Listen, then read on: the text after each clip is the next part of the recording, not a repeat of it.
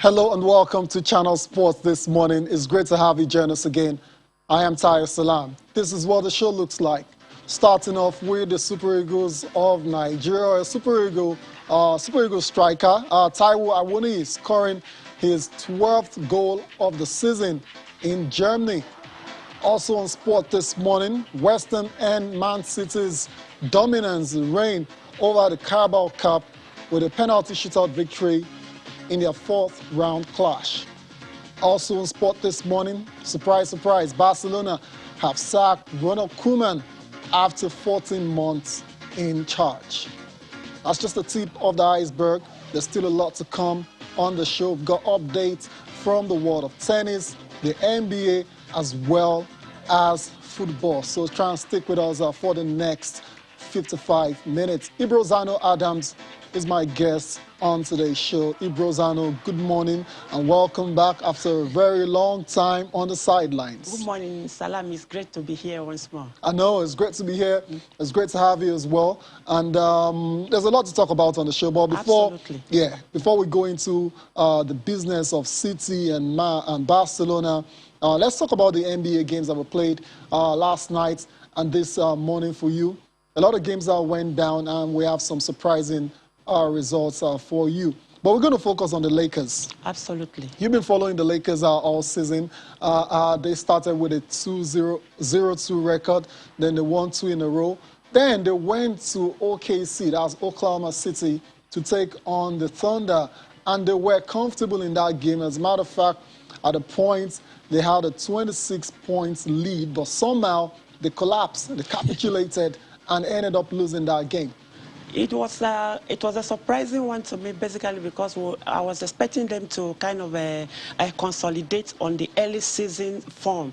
And also, maybe they say the eventual send-off of one of the players contributed also too. But as it is right now, I keep telling people that there are no unbeaten teams in the NBA. You can't find it because in the history of NBA, it's a marathon. It's a long race whereby you need to keep your guy, need to maintain the momentum. There are no small sides. Oklahoma State, you know how it is like. They are always the boogie teams for most of these big sides. So I am not really surprised. But like I said, it's still early days. Of course, still early days indeed. Russell Westbrook, yes, got ejected, but that was in the final seconds of the game. So I'm not too sure you can blame that on the defeat by or of the LA Lakers. They were playing once again without LeBron James, was still nursing a slight injury, but then they had Anthony Davis, who finished with 30 points on the night, and Russell Westbrook as well, to scoring or recording his first triple-double in a Lakers jersey. Let's take a listen now to the post-game reactions.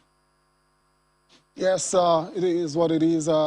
Despite a triple-double, 185th of his career, Russell Westbrook ended up on the losing side in that particular game. There were other games that went down in the NBA as well, so let's play a thought for the Milwaukee Bucks. They were in action against the Minnesota Timberwolves. They lost that game pretty painfully, 113 to 108. D'Angelo Russell scoring 29 points for Minnesota in that victory, despite 40 points from Giannis Antetokounmpo. Giannis, obviously, is very is a sad man this morning because of all that effort going to waste. How do you score 40 points and your team end up losing? Well, he should look at it more like part of the early learning course, basically, because he's the star man there, and he's going to really feel pained about it. But like I said, it's still early days in the season, and they should be able to look at the whole thing and mirror where they didn't do well in the game, and so that it doesn't repeat itself in the next encounter. But he gave a good account of himself. There's no doubt about that. When you score 40 points and grab 16 rebounds, I'm not sure there's too much you can do again on a night, but these things happen in basketball. Of course, Giannis is not very happy with that result, and he's kind of basically understands what they need to do to improve going forward. Let's take a listen now to Giannis Antetokounmpo. The Bucks losing against the Timberwolves despite 40 points and 16 rebounds from Giannis Antetokounmpo. The Bucks were also playing without two of their best defenders in Drew Holiday and Brook Lopez. Perhaps that's contributed a huge deal in that particular loss. So that's it for the NBA for now. Our star performers on the night, let's not forget about them. Trae Young for the Atlanta Hawks, 31.5 rebounds and 7 assists for ATL. Giannis, like I said as well, 40 points, 16 rebounds and 7 assists. Russell Westbrook is 185th career triple-double, 20 points, 14 rebounds and 13 assists for the LA Lakers. But it wasn't enough in their loss against their opponents. All right, that's it for the NBA for now. Let's go from the basketball court to the tennis court now and tell you about this particular battle, the battle of generations. We all look forward to seeing Andy Murray taking on Carlos Alcaraz, a next-gen ATP star.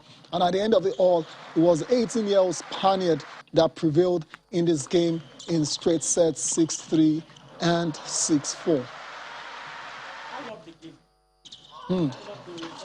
Basically, the young Spaniard has been knocking on the door. You saw him during the U.S. Open. Yes. And yes. he proved a massive point that he is not just there to be among the numbers. Nope. And he's gradually taking on the old orders that, yes, this is a new generation. Like in the female, you saw what happened. Fernandez and Raducanu, they've shown that, yes, there's a generation next. And now the vice grip of Federer, Rafael Nadal, and Djokovic is going to gradually be moved away, but it's going to take time. Let's see how consistent this 18-year-old guy is, and because one of the problems they've ever had all this is lack of consistency. Even Andy Murray, 3 times Grand Slam winner, has not been consistent, but people will say perennial injuries to him. But I love what the young Spanish guy is doing. Yeah, I think we all love it. Alcaraz is the second youngest player to defeat Andy Murray. Bernard Cheric was 18 when he did that as well in Dubai 2015. So good win for Carlos Alcaraz as advanced into the next round where he's going to take on Matteo Berrettini. Matteo Berrettini, of course, Italian #1, already qualified for the ATP Tour finals at the end of the season. But it was in action against Nicolas Basilashvili. That's we're talking about Matteo Berrettini now. That's the pictures that we expect to see now. Matteo Berrettini against Nicolas Basilashvili. It was a very tight game. The Italian lost the first set 6-7 on a tie break, but came back to win the second and the third set 6-2 and 6-3 to advance into the next round. He hit 22 aces in total and saved all 3 break points he faced to progress to the quarterfinals after 2 hours and 5 minutes. Like I said, he's going to take on Carlos Alcaraz. Carlos Alcaraz, Matteo Berrettini in the quarterfinals of Vienna Open. That looks very, very mouth-watering. I look at it more like a firecracker because every one of them want to prove a point that what they've garnered over the course of the past 2 years is no fluke. And Berrettini, you know him already, is also been knocking on the door. Yes. But when you have an 18-year-old guy who reminds you of Michael Chang back in the days, then you know it's not going to be an easy deal for Berrettini. So I'm looking forward to, like you said, it's a mouth-watering encounter that the whole tennis world and avid enthusiasts of the game are going to really watch out for the result. Indeed, indeed. We'll see how it pans out between Matteo Berrettini and Carlos Alcaraz in their last 8 encounter in Vienna. Before we leave the Vienna Open, let's tell you also another young star who's been knocking on the door and who looks like he's going to achieve great things on the ATP Tour. Jannik Sinner, that's his name. Jannik Sinner was in action as well, so he's also through to the next round. He was in action against American Riley Opelka, but it was Sinner that prevailed 6-4, 6-2 in just 64 minutes to reach the second round. He's going to take on home favorite Denis Novak for a place in the next round. So Jannik, sorry for interjecting. One thing about Sinner is the fact that he has won 18 consecutive matches on the indoor court stuff, and he's also so happy about the whole thing. And I'm looking forward to the guy because he said he was, he was brought up in the Italian border that is so close to Austria, and he said he feels very happy when it's the indoor hard court. I see, just like you have a Nadal who likes it on clay. This one, that is his own forte, and let's see how he does pan out. One thing is certain: the young guys are not resting on their oars. The young guys are not. They're ready to take over. Let's just put it that way. We've seen a couple of change of guards recently. Jannik Sinner definitely is one to watch out for on the ATP Tour. Against Denis Novak, you'd expect him to get a job done, but of course it's not a gimme is going to have to earn that particular victory. So that's it for tennis. Updates are coming from the world of tennis. Of course, you can always join us tomorrow for the rest of the updates from that competition going on in Vienna. Let's leave tennis now. Let's go to the handball courts. The Handball Premier League is currently going on in Abuja. It's exciting times for a lot of handball players because it's not one of those, the most popular sports in Nigeria. But the fact that they get to play season in and season out, I think it's fantastic for a lot of these guys. And kudos must go to the federation, making sure and ensuring that these guys keep playing. I am kind of enthusiastic about it. I have so many of my friends who have been watching the games there, and they will tell you it's been pulsating. And, when you tell a handball aficionado how it does look like, they will tell you there is nothing as good as it is. I remember 7 years ago, the Handball World Cup attracted over 1 billion audience globally on television. And as it is right now, which is a very good one, you see the male and the female doing very well. On Monday, we saw what Edo Dynamos did and other sites also. And I should also give Niger United handball team, Kano Pillars. And it's also, it's giving me that feeling that, yes, most of our clubs are now sporting clubs, because not just a football team. When you talk about sporting club, you have the handball, you have the hockey and everything, and it's been massive. Kada Stars are there, Niger United, and talk about Police Machine, Confluence Stars. See, it's just so many good sides. You need to be there. I have a friend who's on ground, who's been giving me all the details, and he said that I miss a great deal not being there in Abuja. Next time you got to make sure you're there. In some of the games that went down yesterday, match day 7, Niger United defeated Kada Stars 31-13. Police Machine lost against Confluence Stars 19-28, while was the Third Marine Academy losing to Kano Pillars 17-23. Elsewhere in the women's section, it was the Confluence Queens defeating Seaside Babes 21-17. The Defenders 28-24 over Bayelsa Queens, while Safety Babes defeated Imo Grasshoppers 26-22. Action will continue today, match day 8. For the men, it's going to be Rima Strikers as Plateau Vipers, while the Defenders will take on Safety Shooters. While for the ladies, Pedal Queens will take on Adorable Angels, Plateau Peacocks will take on Imo Grasshoppers. Last but not the least, Edo Dynamos versus Bayelsa Queens. So those are the games that will go down today in the 2021 Handball Premier League, currently going on in Abuja. We've got a guest that is around, on standby to tell us more about this particular competition going on in Abuja. Bala Mohammed is the technical director of the Handball Federation of Nigeria. We also have the coach of Safety Shooters and Safety Babes in our Abuja studios. Good morning, guys. It's great to have you on the show. Yeah, thank you very much. It's my pleasure having you too. All right, so let's just go straight to it and ask you, what is your assessment so far of the Handball Premier League?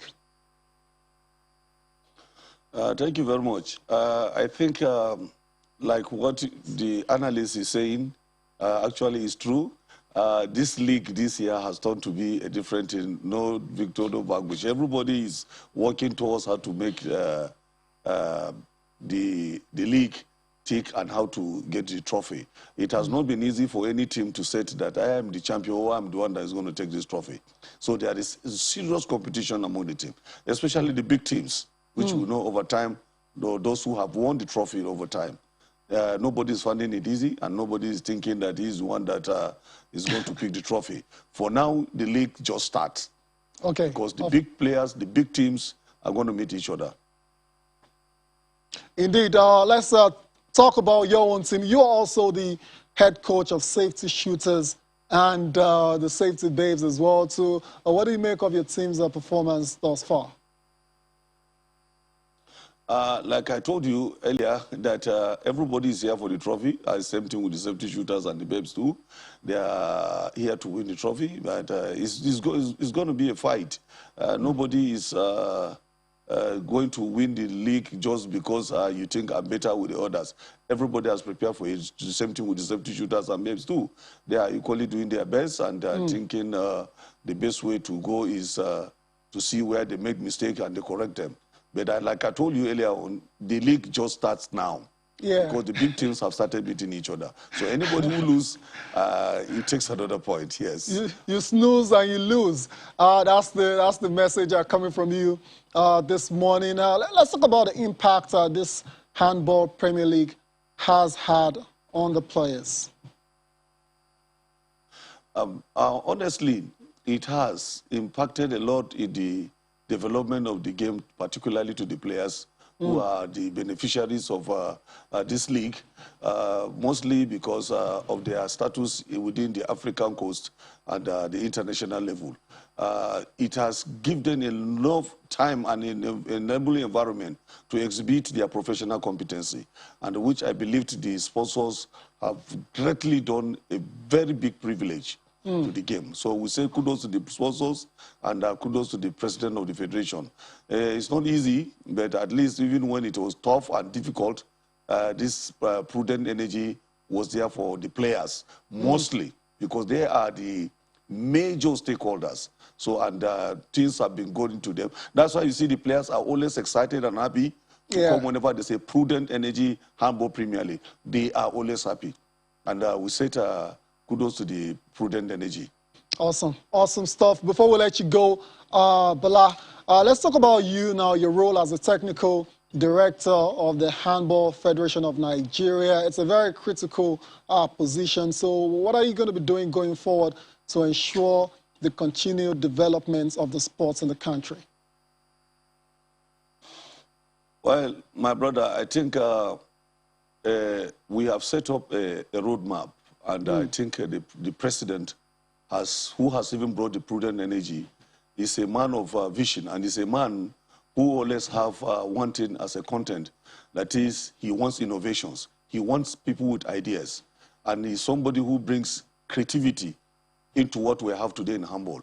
What is left for us, he is coming to help us, is to build on it, bring in people that can bring ideas, to change some kind of, to modify the game, give it a beautiful coverage with the media and as well the stakeholders. And I think I am trying to do something by the power of God that we must bring some little innovations that will take us to the next level within the international sphere. And I believe since the quality of leaders we have and the quality of board members we have today are people who have played the game over time and they know what it is. And once we bring an idea as a professional in this course, as a technical director, is something that will go a long way, which we want to have everybody inclusive, including the media, to be part of whatsoever we want to do, bring innovations, change things that we think are analogous to the former ways of doing things, then make sure our supporters, and even including we, the coaches and the referees, we have the most global practice. Because our major challenge in Nigeria is we like doing things our way. And by the time we go out to international, we see different things. So we are going to have the best practice, best for players, coaches, and the referees. Awesome. It's no business as usual when it comes to this Handball Federation of Nigeria. I want to thank you for your time, Bala Mohammed. We wish you the best for the rest of the season. Thank you. Thank you very much. It's my pleasure too. Cheers. All right, so that's it, the technical director of the Handball Federation of Nigeria and also the head coach of Safety Shooters and Safety Babes, joining us and telling us a lot about the Premier League going on in Abuja right now. We need to go on a break now. When we come back, we're telling you all about Barcelona and their search for a new manager following the sacking of Ronald Kuhlman. Join us again.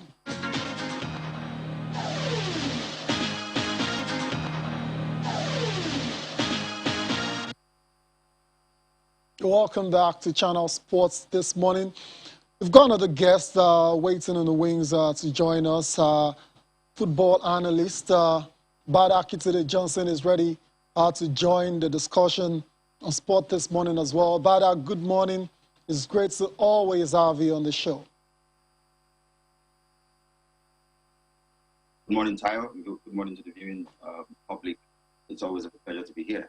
Great to have you. But let's start quickly by giving you updates coming from Germany, where Awoniyi scored his 12th goal of the season. It was in a German Cup match for his side, Union Berlin. Came off the bench in that game to score yet another goal. So that's 12 games 12 goals in 16 games now for Taiwo Awoniyi. And his talent has never been in doubt. We saw him at under 17 and under 20 levels. Got that move to Liverpool, dream move to Liverpool, but for obvious reasons, work permits and stuff, couldn't play. So was on loan endlessly. And a lot of people said at the time that it's time for this guy to just settle on one club, focus on his career. And now it seems we're starting to see the benefits of doing just that after completing a permanent move to Union Berlin. I think that he always needed that first environment where he could play without that much of pressure. A lot of times when young players go to big clubs, it doesn't exactly work out because there's a premium on places in the first team. We saw it with Iheanacho at City, now thriving at Leicester. He went to Liverpool, and we all knew that, I mean, in a team with players like Fabinho, Sané, and Salah, and all the other Origi and whatnot, how do you get a young star to start in attack for that sort of team? So it was always need an environment like Union Berlin provided, an environment that allowed him to make mistakes and learn from them and grow. Young players need playing time. It's quite evident with how he's come on in leaps and bounds since he started playing regularly. There's a lot of confidence that comes from getting minutes and getting them regularly. And I'm not surprised, like you quite rightly said, we saw him at the 17 level. We always knew that the ability was there. It was just a question of will he get the backing of a manager who sees the talent and who wants to invest in developing that talent. And it's eventually coming good. I'm happy for him. And I know that the Super Eagles will benefit a lot from his talent and his abilities, especially now that, you know, it's their generation that is actually the nucleus of the team. Himself, Koeman, Iheanacho, those sort of players. So he'll feel comfortable, you know, playing with those people that he knows already in the Super. And I'm looking forward to this three, particularly playing for us at AFCON and setting the continent alight, because I don't think that there's any other African team that's got that sort of talent in attack that we've got. So they need confidence, they need to play together, they need to understand one another, they need the cohesion that comes from playing together. And unfortunately, there won't be a lot of opportunities before the tournament, but in tournament, they have a real opportunity, which is why I'm not a fan of those clamoring for an Igalo return. I'd rather we just focused on the new generation of Koeman, Awoniyi, Onuachu, and get them playing together, get them gelling, get them delivering. You're spot on. I mean, why think about bringing back Odion Igalo when he's retired, when you have strikers like Awoniyi scoring goals for fun in Europe, not just anywhere in Europe, in mainstream Europe? Kind of disappointed when I saw the reports, and you know, they said there's no smoke without fire. And like you said, you can have an Awoniyi, you can have an Koeman who is the main player, the main striker in Italy right now. And you have Iheanacho who is getting to the kind of player we expected him to be over the course of the years. All we need is patience for them to grow. They've been growing. Remember in 2018, Super Eagles was tagged as the youngest side in the going to the World Cup. So why not allow the young guns to grow? Because if you don't give them the opportunity to grow, how can they take responsibility? So any call for Igalo coming in is going to disrupt the cohesion and the development, which, like you said, these guys are good. And a good thing for Awoniyi, the patience all these years has come to bear in Germany. That's one thing I love about the Bundesliga, the diversity of culture and unity. Now, the guy has a relaxed mindset and is plundering the net to reckless abandon. Indeed. So Awoniyi is scoring goals like it's going out of fashion. 12 out of 16 in all competitions, 7 in the German Bundesliga, going neck and neck with the likes of Robert Lewandowski in the German Bundesliga. Let's leave the German Bundesliga now. Let's go to England and talk about the EFL Cup. Finally, the dominance, the reign is over. That's the reign of Manchester City, 5-year reign as the champions of the EFL Cup. It was ended by West Ham last night. Penalty shootout, that's what was needed to separate both sides after the game went goalless after 90 minutes. And Western were perfect from the spot, scored all 5 pens, including the last one by side Benrahma. Bada Kitunde Johnson, that's the end of the road for Man City. You have to say this feels like the end of an era when it comes to the Carabao Cup. Without a doubt, their dominance has been total over the last 5 seasons. They've won 4, 4 in the last 5 years, 4 on the bounce. So it wasn't going to carry on forever. At some point, it would come to an end. And if there was a team that could bring it to an end, it seemed like it was this West Ham team. What a season they're having on the back of such an impressive showing the last time. Already this season, they've beaten Spurs, they've beaten United, and now they've claimed the scalp of Man City in their own competition. That takes some doing, and credit to David Moyes and his boys. And you look at the team, they seem to be getting stronger and stronger. They're very plucky in games like that. They are able to limit teams that are typically free-flowing and teams that create a lot of chances like City to very, very few opportunities. You look at that game and you really can't remember any clear-cut opportunity that City should have scored, that they didn't score. I can't remember the West Ham goalkeeper making difficult saves, and that's not something that any team is able to do without a plan or without a sound strategy. So that David Moyes and his boys were able to pull it off is credit to them. And I think that, we can look at it as an end of an era, like you said, because the dominance from City prior to now had been total, and we thought we can take it for granted that they would win again this season. And if you look at the quality of the teams left in the competition, they probably would have if West Ham didn't stop them, because there's not a lot of teams left have that defensive solidity and the ability to neutralize big attacking teams like West Ham did yesterday. So West Ham went to Old Trafford, beat United in the last round, played City now, dumped them out. They've got to be fancying themselves to go all the way, but you still have Spurs in there. You've got Chelsea, who in the last 2 rounds have some penalties as well. You've got Arsenal, who beat Leeds 2-0 the other day. Still some big teams in there, but West Ham can look at themselves and have no fears whatsoever, having beaten the 2 Manchester teams so far. You're spot on. Ibrozano, 21 matches in a row. City had won before they ran into the might of the Hammers last night. You'd say based on the balance of play, perhaps they deserve to go through.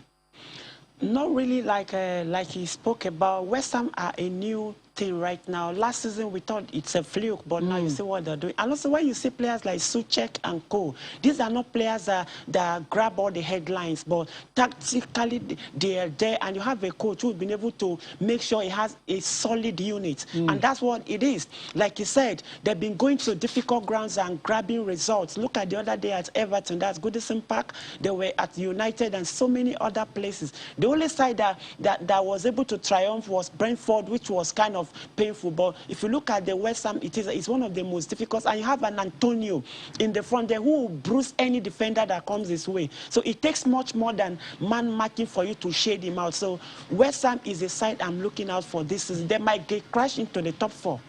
Interesting. They didn't even need Mikel Antonio in that game yesterday. That's a testament to the depth that they have in that side. We saw the likes of Yarmolenko and Vlasic playing for West Ham. Side Benrahma came off the bench, eventually scored the winning penalty for West Ham United, which has seen them through to the next round, to the quarterfinals of the Carabao Cup. Pep Guardiola was very uneasy on the touchline yesterday. All right, congratulations to Man City that advance into the next round of the Carabao Cup. The draw, that's the quarterfinal draw, will be done on Saturday. Very interesting to see the pairings that come out of that one. Let's go to Spain now and talk about Ronald Kuhlman. Surprise, surprise, Barcelona have decided to sack their legendary player following the 1-0 loss to Rayo Vallecano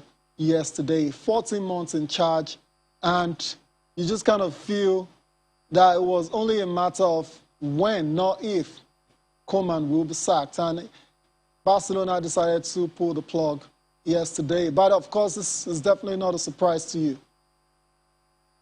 No, I think it was coming. and should have happened, in my own estimation, a long time ago. I think what saved Ronald Kuhlman last season was that he had Messi, to be honest.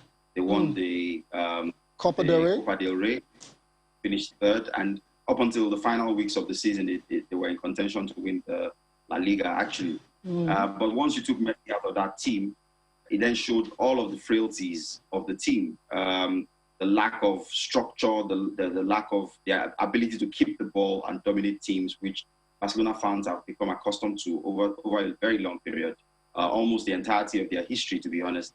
The team is almost undiscernible. They are almost unrecognizable. They don't look like a Barcelona team. Not at all. And you lose 4 back-to-back Clásicos. That's a sackable offense. Like the last atrocious, they just didn't look like Barcelona. It looked like Real Madrid versus Elche or something, you know. The way the team attacks, it's down to individual quality. Memphis Depay trying to, beat players on his own. He's gone and brought in Nigel de Jong, who couldn't even make Sevilla's, like he said, have suggested that he's really not invested in this project and was expecting the sack, to be honest. He keeps making excuses, keeps talking about how, losing Messi was supposed to be a good enough reason for people to expect the team to perform badly. Maybe people would expect the team wouldn't challenge for the title, but not to lose to teams like Rayo Vallecano or keep missing opportunities that are easier to score than to miss. It doesn't seem like the team has bought into any philosophy, if it has any. It doesn't seem like he understands what he wants to achieve with the team. Sometimes, you see Sergio Busquets playing as a 10. You see Frank de Jong playing as a center half. He did that a lot last season. I didn't understand it. How Frank de Jong could play as a center half is beyond me. I mean, Ansu Fati has come back. Still, the team is struggling for goals. They're not creating enough chances. And their Champions League start has been an absolute disaster, the worst in recent history. Yeah. So I think Laporta took so long because first, it was never his choice. Yes. Secondly, the clause written into his contract, which meant that they needed to pay him quite a handsome and hefty payout, was the reason why they didn't do it earlier. But once they lost the Clásico and then lost yesterday, his position became untenable. In fact, we are told that the players were informed of the sack on their flight. So he just took a decision to cut or sever the relationship and start with a new manager who can steady the ship, because they are a club in crisis. The off-field challenges they have to deal with are well documented, but on the pitch, you need a steady, calm, experienced, quality manager who can get the playing personnel focused on what they have to do and get the optimum result out of them. Like I said, they don't have to win the league, but they also don't have to lose into Rayo Vallecano and be 8 or 9 on the log. The 9th on the log, 15 points from 10 games. And, of course, they're a long way from challenging for the Spanish La Liga, that must be said.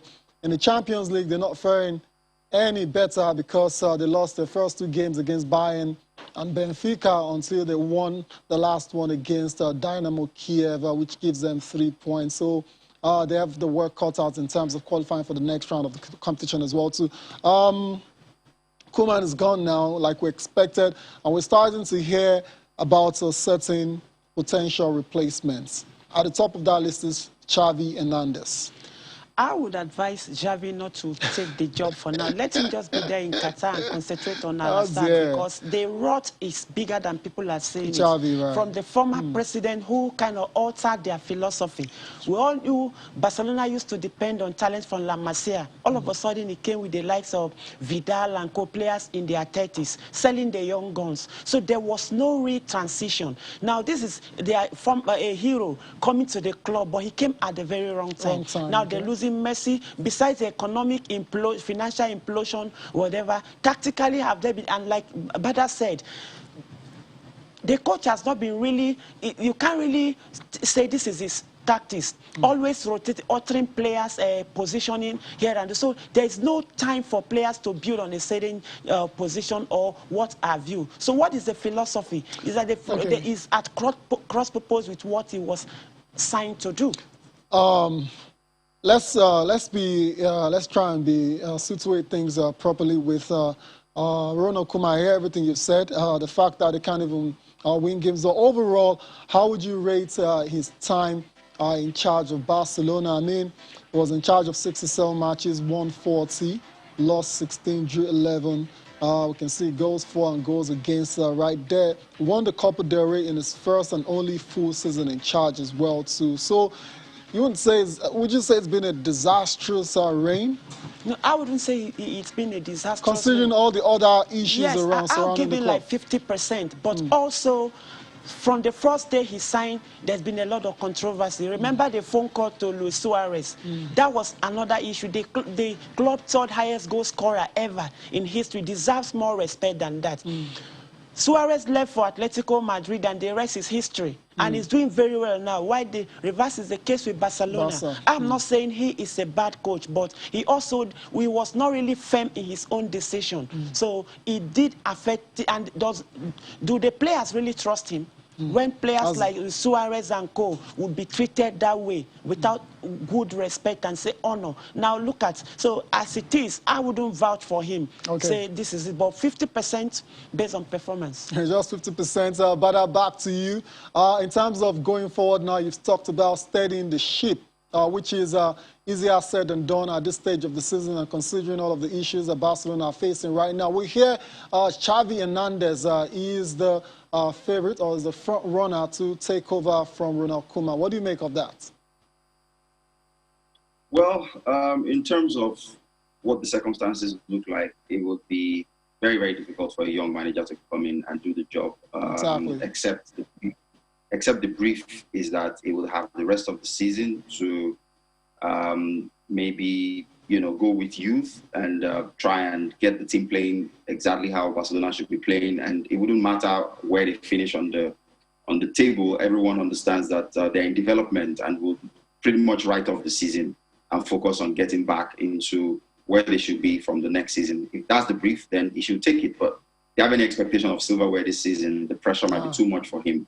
So I wouldn't recommend that Xavi would go there. But they also need, if you remember how Pep Guardiola came in after Frank Rijkaard left, it's about that DNA and someone who has it, someone who's been a part of the system long enough to understand the heart and soul of FC Barcelona, and be able to translate that onto the playing personnel and into how they deliver on the pitch of play. And from those who've seen him work, from the account of those who've seen him work, they say Xavi is an excellent custodian of that Barcelona total football philosophy.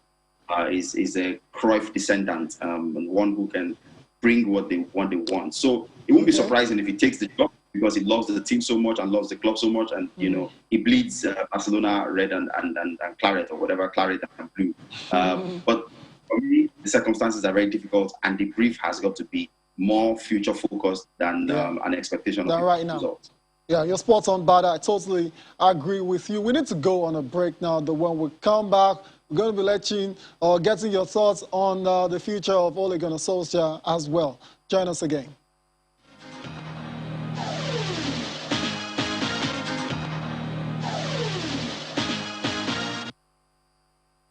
You're welcome back to Channel Sport this morning. We're in the home stretch. Bada Akinze Johnson is still with us. Still have Ibrazano Adams as well. But before we let Bada go, we've seen clubs fire their legendary players in recent times. Actually, as a matter of fact, there's been a trend appointing former and legendary players. Chelsea did with Frank Lampard. Things weren't going right.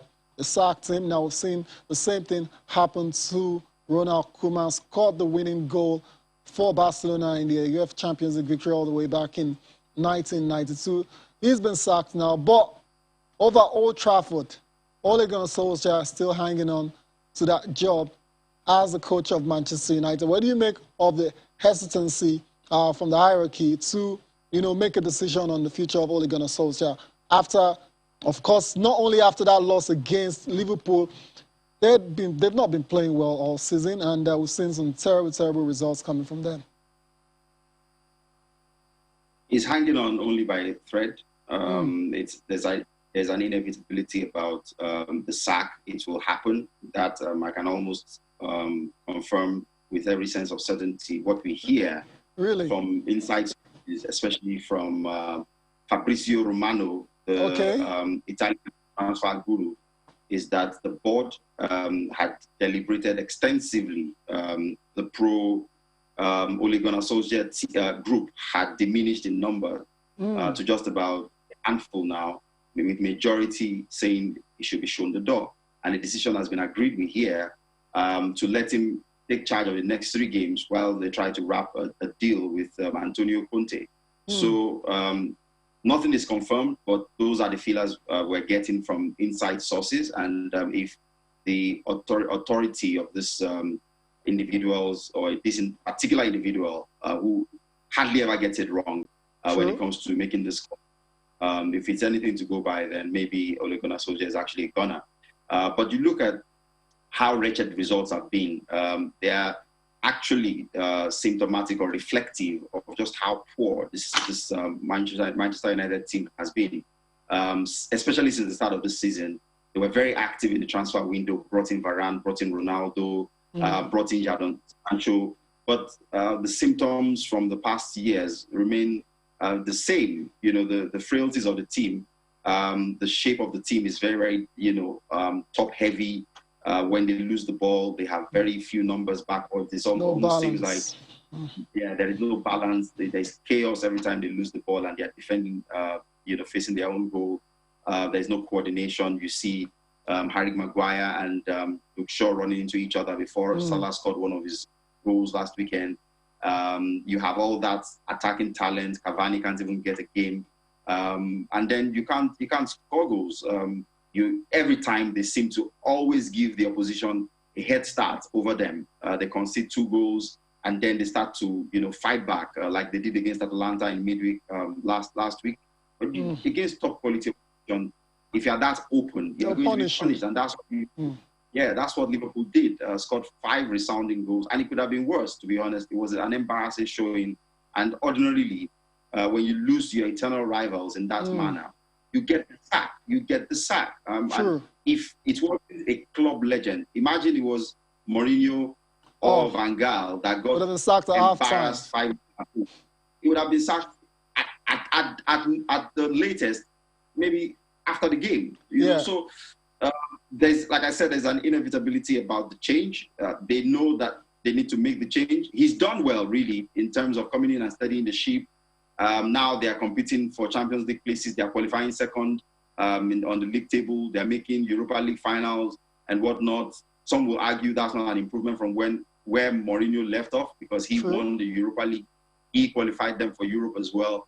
But clearly, there are some areas where you can say there are positives. But at the end of the day, manager is judged by results. And Solskjaer has been in charge for about 4 years now. He has absolutely no trophy to show, and the team is not getting better. So with all of that quality at his disposal in terms of the playing personnel, there can be no excuses. He has to go. So it's not a matter of if, like you said, it's a matter of when. And in terms of when, the speculations around that are that he'll be given an opportunity to manage the next 3 games so that they can firm up a contract with Antonio Conte, who typically doesn't like to take charge mid-season. But he will consider this one because it is Manchester United. And in a month or so, United will have a new manager. Wow. All right. Fingers crossed that we'll see how that situation continues to develop on the future of Ole Gunnar Solskjaer.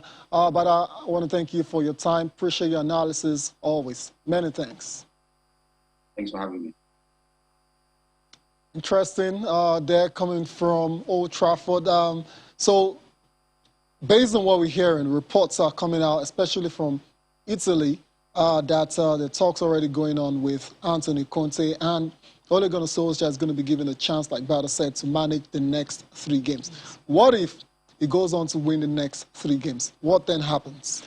It's always like that. Earlier in the season, he had certain issues like that. He was not winning games, and a lot of the media reports in England is that then was that he was going to be sacked and he started winning games like that. But Manchester United, remember, they've gone through a whole lot since 2013 when Sir Alex Ferguson left. And let's forget about David Moyes and Ryan Giggs, and we now focus from Van Gaal. That was a period I called clear, build, and sustain. They cleared something, tried to build and sustain what is happening. But after that, Mourinho came. They couldn't maintain the momentum. They couldn't. Now, against, you know, the frosty nature of the rivalry with Liverpool. So it's suicidal for you to lose like that at home. Even lose, Mourinho got sacked after the game they lost at Anfield 3-1. Yeah. And now Wasn't this bad? 5-0 at home. A generational result for any Liverpool fan and player. So, like he said, like Bada said, there's just no basis for excuses or sentiment. This guy has to go. So after the 3 games, he needs to go, and the financial payoff, I learned, is about £7.5 million. So it's an honorable way of letting him go. And you know the cliche they always use, by mutual consent, so that he can at least have some measure of respect. But as it is right now, Manchester United need a drastic revolution. The players too, they have their own too. They need a coach who's highly disciplined and really like a Conte to make them work well for the team. You saw the tactics against Liverpool. The high line, they couldn't press harder. Ronaldo couldn't track by many of the players. And putting Pogba on the tactical inefficiency has always been Ole Gunnar Solskjaer's issue. We saw it in so many games this season. So how long will the die-hard United fans suffer? Pains, anguish, and whatever. All right.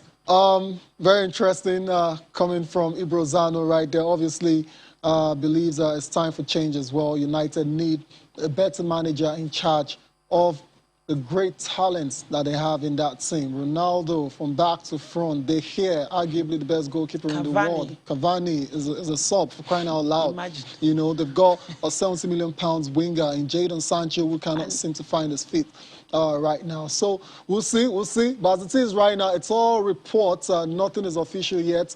That Ole Gunnar Solskjaer will be replaced by Antonio Conte. And talking about Antonio Conte, you mentioned how they need a strict manager, a hard taskmaster. They had one in Jose Mourinho. They couldn't sustain it.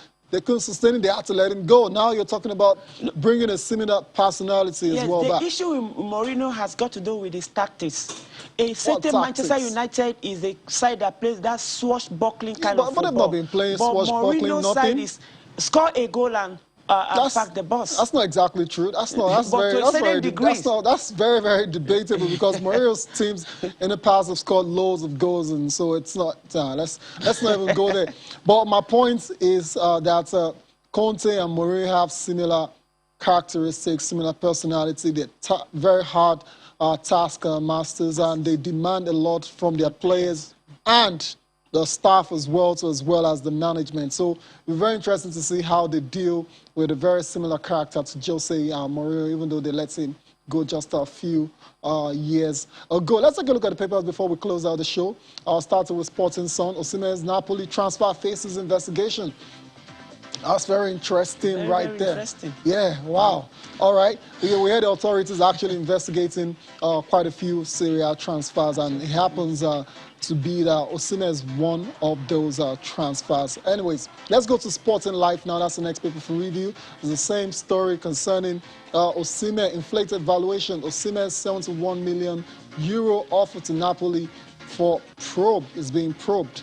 All right, then Chukweze's return excites Emery. Of course, Moses rejects Super Eagles' return. Who's thinking about bringing back these retired players? I don't know why there's this story about these things. The truth is that there's no smoke without fire, and I get what you're saying. Trying to bring them back when the younger guys are growing. You see the like of Sanusi, see the likes of players like the other day. You saw the player that debuted for at least the Putais for Sete Ndidi. He did well, you know. So many of them. So why let them grow? You know, let them grow. You can't just keep bringing people back. It doesn't all go well that way. Indeed. Last paper for review is Complete Sports as well. Osimhen gunning for 20th Napoli goal. Barcelona sacked Koeman, you know that already.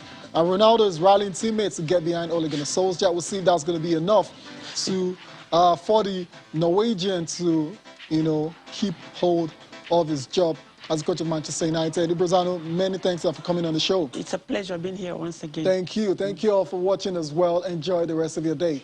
Join us again tomorrow if you can. I am Taya Salam. Bye for now.